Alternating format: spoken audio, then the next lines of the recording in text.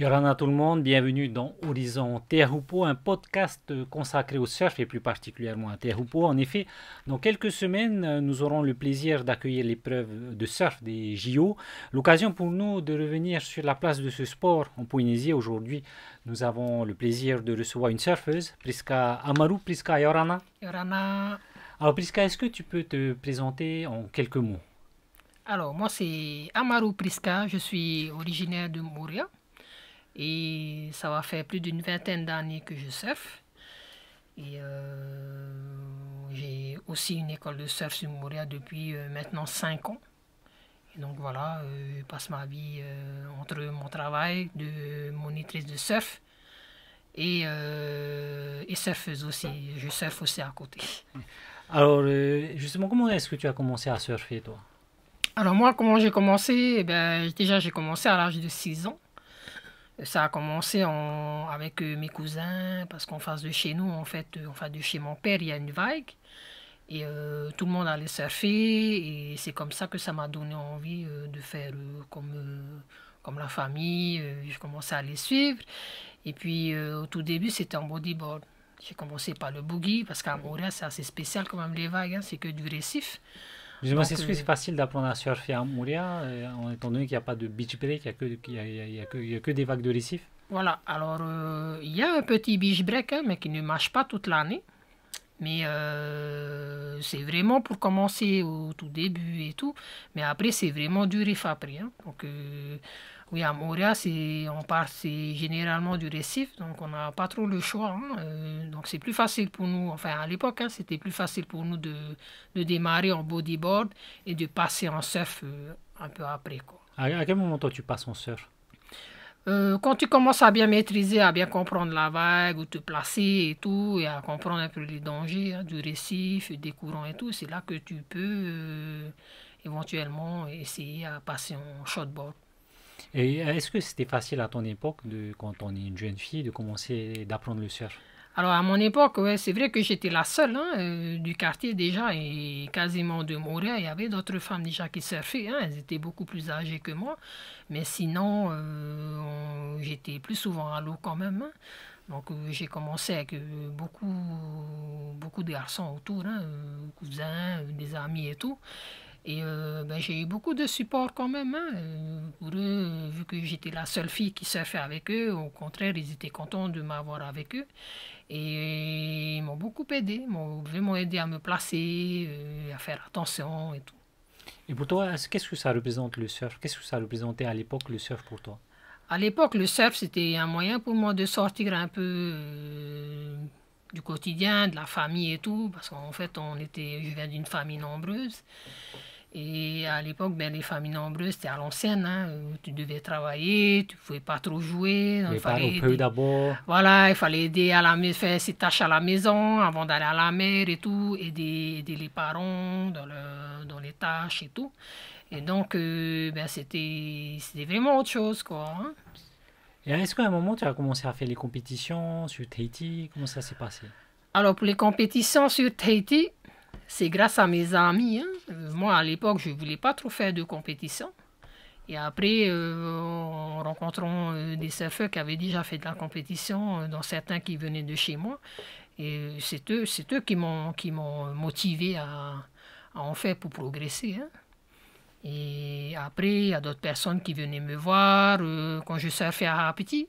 Parce qu'en fait, quand je suis passé en surf, je suis passé directement sur la vague de Rapiti. Hein. À l'époque, j'avais pas peur, j'étais à l'aise dans l'eau. Donc, on surfe à Rapiti et c'est là que j'ai rencontré beaucoup de monde. Et ces personnes-là venaient me voir. Ah, tu devrais faire des compètes pour progresser, tu vas voir, ça va t'aider. Et au début, je ne sais pas. Je me suis dit, bah non, c'est pas, j'ai pas le niveau. Tu vois, non, mais c'est pas grave, tu vas voir, ça va t'aider. Tu vas progresser, vas-y, essaye au moins une fois. Et du coup, j'ai fait ça. J'ai fait ma première compétition à Puna à l'époque. Et pareil, j'ai eu quelques supports aussi hein, de personnes de Tahiti, des surfeurs de Tahiti et tout qui m'ont aidé. Et quand j'ai fait ma première compétition à Puna, ça s'est bien passé. Et à l'époque, j'avais rencontré ben, l'équipe de la Fédé, hein, fédération thaïsienne de surf et il y avait quelques personnes dans la fédé qui me disaient hey, vas-y, tu devrais faire, il n'y a pas beaucoup de filles qui font des compétitions ici, surtout au Rif et tout, c'est bien, continue. Là, du coup, ça m'a fait réfléchir, je me suis dit, bon, allez, pourquoi pas, une fois, allez, 2 fois, 3 Est-ce fois. que ça t'a vraiment aidé à progresser? Carrément, complètement, complètement. Ouais. Complètement, ça m'a aidé déjà à m'ouvrir un peu plus aux gens et à comprendre un peu les manœuvres et tout. Et vraiment, je conseille aux gens, même ceux qui n'aiment pas la compétition, je leur conseille au moins de faire une fois parce que ça aide vraiment pour la progression. Alors, est-ce qu'à un moment, t'as envisagé, tu as pensé à devenir surfeuse professionnelle? Ben, je suis devenue surfeuse Mhm. professionnelle juste après, hein, mais Ouais. pas vraiment. J'étais pas trop dans la compétition, hein, j'ai pas fait le C'était plutôt circuit. Hein. sur le free surf, c'est ça? Voilà, j'étais plutôt dans le free surf, hein, parce que vu comment j'ai débuté le surf, moi c'était un peu dur quand même. Comment j'ai démarré le surf, j'ai démarré directement au récif, et pas de vague de plage. Et pour pouvoir vraiment percer dans le circuit professionnel, il faut quand même savoir surfer Hmm. toutes les vagues, quoi. Et moi, ma spécialité, c'était vraiment le riff à l'époque. Donc, je me suis lancé vraiment dans le free surf, dans les grosses vagues et tout. Et je faisais des photos aussi. Alors concrètement, quand tu deviens free surfeuse professionnelle, concrètement, comment ça se passe? Comment ça se passait à l'époque? C'était un contrat image, en fait. Ouais. Hein, j'avais un contrat avec une marque européenne. Et moi, c'était vraiment pour les images, pour l'image de la... Eux, à l'époque, ce qu'ils cherchaient, c'était vraiment une Thaïsienne, une Polynésienne pour représenter leur marque. Et du coup, quand ils m'ont vu, c'est ce qu'ils voulaient vraiment, la Thaïsienne, Polynésienne, faire à l'oreille et tout. Et donc, ils me demandaient juste d'être bien sur les photos, de bien d'être présentable et de surfer. De surfer, c'est tout, hein. Juste d'être, voilà, de bien... Et tu avais un photographe qui t'accompagnait sur les Ah, sessions, comment ça se oui, passait? alors j'avais Tim McKenna à l'époque, hein, Mhm. qui me suivait. Et du coup, on faisait beaucoup de shooting et tout. Et c'est comme ça que ça a commencé ma carrière, en fait. Ok. Et à côté de ça, tu as été aussi masseuse, c'est ça? Oui, à côté de ça, j'ai fait des massages. Déjà, à la base, j'étais masseuse, déjà bien avant de faire surfeuse professionnelle. J'étais masseuse de métier et c'est ce qui me permettait, en fait, de m'acheter mes planches de surf aussi. Hein. Donc, je travaillais à côté, je faisais pas que du surf, quoi. Hein. C'était obligatoire à l'époque d'avoir un autre métier à côté de... Oui, surtout pour surfeuse, free surfeuse, hein, c'était mieux d'avoir un travail quand même à côté, hein, Hmm. parce que ben c'était pas un métier où tu étais payé comme ceux qui sont sur le circuit. Hein. Donc, tu avais un budget à l'année en fait qu'il fallait gérer toi-même. Hmm. Et donc, c'était comme ça qu'on était payé à l'époque, quoi. Hein. Budget à l'année, mais il fallait aussi inclure les shootings, le salaire du photographe, comment ça se passait? Voilà, le budget à l'année, ça m'aidait à m'acheter mes trucs, quoi, à m'acheter mes planches et tout.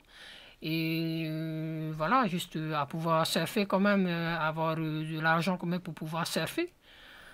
J'en vivais pas à fond puisque je travaillais à côté, Hmm. mais quand même, ça m'a aidé à financer mes planches, par exemple. Mm. Alors, en 2010, tu décides de quitter la Polynésie pour partir en France. Tu t'installes près de Biarritz. Pourquoi Biarritz? Alors, j'ai choisi Biarritz, plutôt les Landes. Hein. J'étais Ouais. à Hossegor quand je me suis installé en France parce que déjà Hossegor, c'est la ville du surf. Hmm. Et à l'époque, je connaissais beaucoup de personnes qui vivaient là-bas sur place, donc c'était plus simple pour moi d'aller là-bas puisque j'avais déjà des connaissances. Hein. J'avais Et déjà... là-bas, tu continues à surfer. Comment ça se passe? Alors là-bas, j'ai continué à surfer et je me suis lancé dans le stand-up paddle en fait. Hmm. Et je me suis dit, ben, pourquoi pas tester un nouveau sport, quoi. Du coup, je me suis lancé dans le paddle race. Hmm. Et j'ai commencé à faire des championnats, un championnat de France, un championnat d'Espagne aussi. J'étais invité à ce championnat d'Espagne par mon sponsor de l'époque, sponsor de planche, hein, parce qu'il fallait quand même un sponsor. C'est très cher hein, comme sport. Et du coup, j'ai démarré comme ça le paddle. J'ai fait des cours, j'ai fait des résultats quand même. Hein. Tu Et as été donc, champion de France. j'ai été championne de France, j'ai été vice-championne d'Espagne. Et après, j'ai continué sur une course à Paris, mais ça s'est pas déroulé comme je voulais. J'ai eu quelques soucis sur place et du coup, ça m'a fait réfléchir encore plus. Je me suis dit, ben, ça allait quand même très compliqué comme sport si je veux en vivre aussi, parce qu'il faut pas, il faut avoir de l'argent. Tu peux pas en vivre, quoi. Hein. Je me suis dit, je vais essayer d'aller en France je vais essayer de faire ça pour changer de sport et peut-être devenir aussi professionnel dans ce milieu-là, mais je me suis vite rendu compte que c'était très cher, quoi. Qu'est-ce qui était compliqué? De trouver des bons sponsors, de trouver des personnes qui puissent m'aider à progresser dans ce sport, des coachs et tout. Et tu peux pas, à l'époque, c'était en 2010, donc c'était le début du paddle en France, quoi. Hein. Donc c'était un peu compliqué, quoi. Donc voilà, après je me suis vite rendu compte que, ben, vaut mieux travailler, quoi. Donc tu as travaillé en France? Voilà, j'ai fait de la restauration. J'ai travaillé pour la chaîne hôtelière Club Med. J'ai fait 2 ans, l'équivalent de 2 ans pour eux en restauration. Et voilà, je me suis dit, ben, je vais travailler un peu, mettre de l'argent de côté pour voilà, continuer à rester un peu en France et après on verra ce qui va se passer. Et justement, quel souvenir toi tu gardes de ton séjour en France? Alors, mes souvenirs, c'est j'ai appris à beaucoup travailler là-bas. Et j'ai appris à me débrouiller toute seule parce que je suis allée, il y avait mon frère qui vivait là-bas, mais on ne pouvait pas se voir souvent. Donc j'ai appris à me débrouiller. Hein. Voilà, j'avais des amis aussi, mais c'était vraiment, je pouvais compter que sur moi. Donc j'ai appris à être autonome et d'être courageuse aussi quand même parce que c'était pas facile hein, d'être toute seule là-bas et d'avoir la famille sur Montréal. Voilà, c'était très dur, mais bon, j'avais pas trop le choix. Et la dernière année, j'ai décidé de passer mon brevet d'état de surf. Donc tu as passé le diplôme pour pouvoir devenir monitrice de surf, voilà. C'est ça? Tu avais déjà l'idée de monter ton école de surf à ton retour? Alors, plus ou moins oui. Plus ou moins oui, mais sur Montréal, pas vraiment. J'y ai pas pensé. Et à l'époque, j'avais un copain aussi qui voulait... ça a démarré comme ça. À la base, je devais repartir en France et faire des saisons. Et après, je me suis dit, je crois pas que j'ai envie de retourner en France là. Et donc tu décides à cette époque de revenir sur Tahiti? Et de monter ma propre école pour ne pas retourner en France. Alors, voilà. Justement, aujourd'hui, tu as ouvert ton école de surf à Montréal. Comment ça s'est passé? Alors, déjà, il fallait que je réfléchisse sur le spot. Donc, chez moi, ça faisait depuis quelques années, depuis mon retour de France, je surfais beaucoup devant chez moi, sur mon petit spot. Il est où ton spot? C'est juste en face de chez mes parents. C'est où? C'est sur Homey. Okay. Voilà, Homey vers Afretou. Hein. Et c'est une petite vague, il n'y a pas trop de monde. C'est un petit quartier, Homey. Hein. C'est vraiment un quartier familial. Hein. On est tous familles dans ce quartier-là.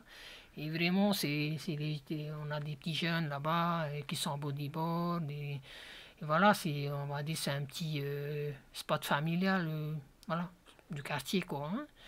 Et donc, je me suis dit, ben écoute, moi, je vais faire mon école là, puisque c'est chez moi. Je connais bien la vague, je connais bien les courants et tout.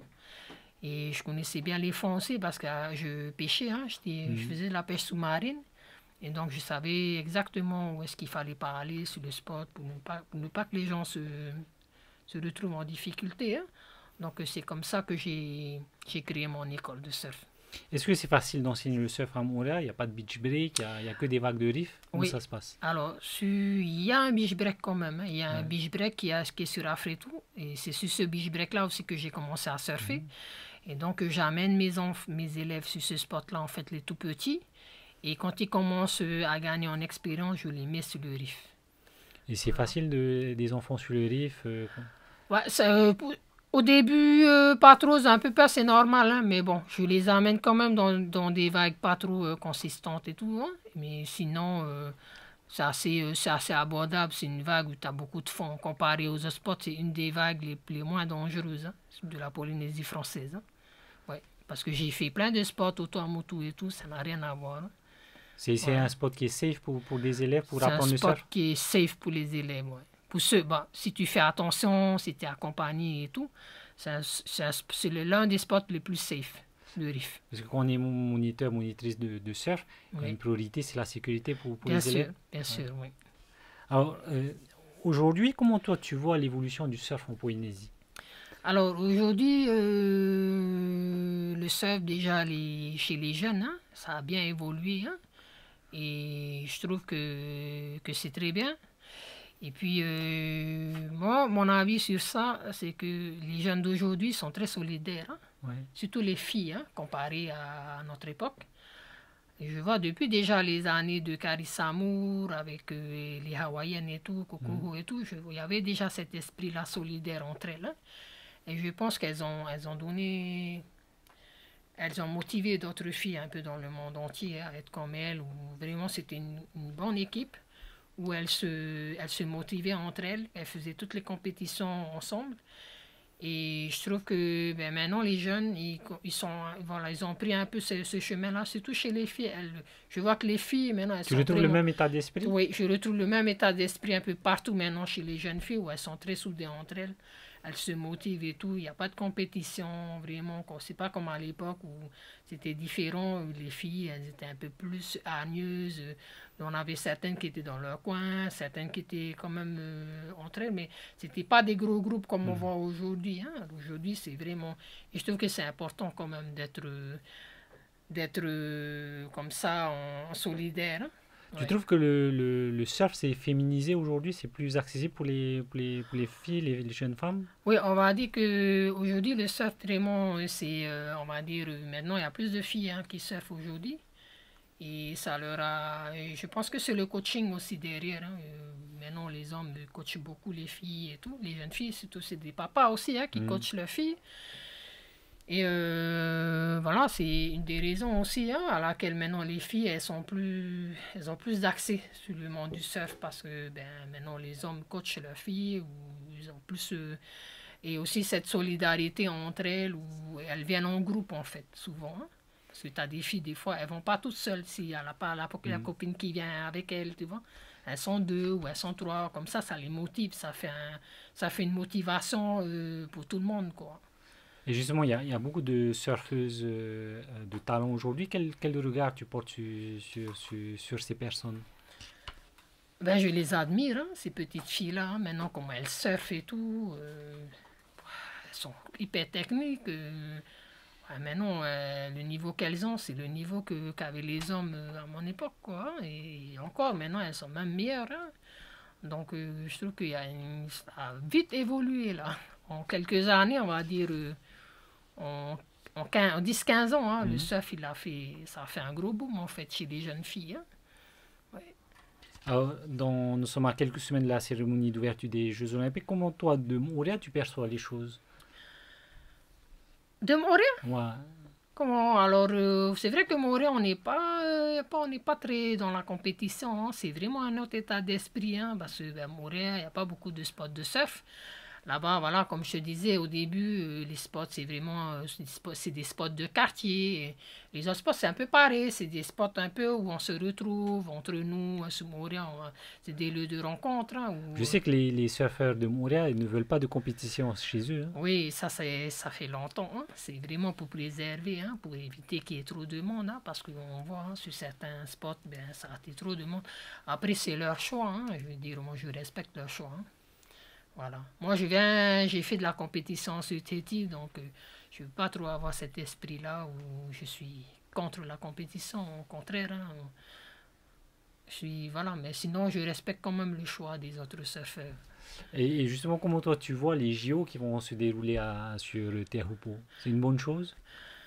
Alors, c'est une bonne chose dans le sens où c'est une bonne reconnaissance quand même pour la Polynésie française, hein, de faire les Mhm. JO à Tahiti, hein, parce que voilà, on va pas. Quand même, Tahiti, c'est quand même le berceau du surf, quoi, hein. Mhm. Donc, je trouve que c'est une bonne idée par rapport. C'est bien pour nous, quoi. C'est au niveau de ça, pour la Mhm. reconnaissance, au niveau du sport et de la culture même, hein, c'est une bonne chose. Après. Voilà, si on peut Comment éviter tu quand même as, de détruire. justement, comment toi tu as vécu toute cette polémique liée à la tour des juges? Moi, au début, j'étais un peu pareil, c'était pareil, moi, je trouvais que c'était pas très correct aussi, hein, le fait de ne pas prévenir hein, les gens. Hein. Quand tu fais un genre de truc comme ça, tu sais que ça peut provoquer des incompréhensions ou Mm. même de la colère chez certains. Hein. Moi, je comprends cette réaction-là quand même. Hein. On n'est pas au courant qu'il y a une tour qui va se faire et au dernier moment, on te dit il y a une grosse tour qui va se monter en acier là. De quoi être choqué quand même. Après, l'enlever complètement, bon, par rapport à ceux qui ont déjà Mm. investi hein, dans ces trucs-là, tous ceux qui ont fait des locations, voilà. Et aujourd'hui, tout ce qui s'est passé après, ça t'a rassuré de voir comment les travaux ont Oui, évolué? oui, oui, il fallait quand même que ça derrière. Hein, moi, je ne vais pas dire le mot. Parce que heureusement qu'ils ont quand même un peu Réagi. réagi. Ouais, Ok. ouais. Alors, on va arriver à la fin de cette émission. Toi, quel message tu as pour la nouvelle génération de surfeurs, mais surtout de surfeuses? Alors moi, le message que j'ai pour ces petites filles-là, ben, c'est de continuer hein, dans cette voie. Hein. Et si vraiment elles veulent faire une carrière professionnelle, ben, qu'elles y aillent jusqu'au bout. Hein. De ne pas lâcher et tout. Et de penser aussi aux parents hein, qui ont vraiment tout fait derrière pour les aider et tout. Quoi. Vraiment penser aussi surtout aux parents. Hein. Est-ce qu'à Hein. ton époque, ta famille a compris ton choix de Juste, surfeuse professionnelle? Justement, moi, j'ai pas eu cette chance-là d'avoir mes parents derrière. Hein. Au contraire, moi, je viens d'une famille, une ancienne famille. Donc, à l'ancienne, c'était le travail d'abord. Pour eux, le surf, c'était un plaisir, quoi. C'est pas un métier, tu vois. Donc, voilà, moi, j'ai pas eu cette chance-là. Et c'est pour ça que j'ai créé mon école aussi. C'est pour permettre aux enfants, quand même, d'avoir cette opportunité-là de surfer. Hein. Et surtout ce mot-là, hein, c'est très difficile à l'époque. On pouvait pas débuter le surf comme ça, tout seul. Voilà, et je sais que depuis que j'ai fait mon école, quand même, il y a beaucoup de gens qui sont très contents, même des touristes, hein, des étrangers qui sont très, très contents de pouvoir même démarrer le surf sur Moura. Il y a des touristes qui sont venus à moi, ils n'ont jamais fait de surf de leur vie. Et quand même, de débuter le surf à Moura, c'est extraordinaire, quoi. Hein, sur une des plus belles îles au monde. Et pour les enfants, voilà, c'est pareil, d'avoir cette chance-là, d'avoir quelqu'un derrière toi pour te booster, ben, c'est très bien et il faut être conscient de ça. Et est-ce qu'aujourd'hui, ta famille te soutient dans tes projets? Oui, mon papa, oui, hein, il m'aide beaucoup. Hein. Déjà, il a fait ma cabane d'école et tout. Oui, il a bien compris que c'était voilà, voilà, ma raison de vivre, quoi, hein, le surf, on va dire. Ok. Merci beaucoup, Priska Amaru, d'avoir accepté notre invitation. Oui. Mais Merci à c'est- vous. Merci, merci. C'est la fin de ce podcast. Je remercie tous ceux qui m'ont aidé à préparer cette émission. À la réalisation, Jean Amaru, Thierry Ching au son, Alain Lensan à la préparation, Hiva Totti pour l'habillage, Sandira Deroc et Isabelle Berthaud pour la cellule web. Vous pourrez retrouver ce podcast sur notre site internet en audio ou en vidéo, mais aussi sur la chaîne YouTube de Polynésie la Première. N'oubliez pas de vous abonner ou de liker la vidéo. On se retrouve la semaine prochaine pour un nouvel invité.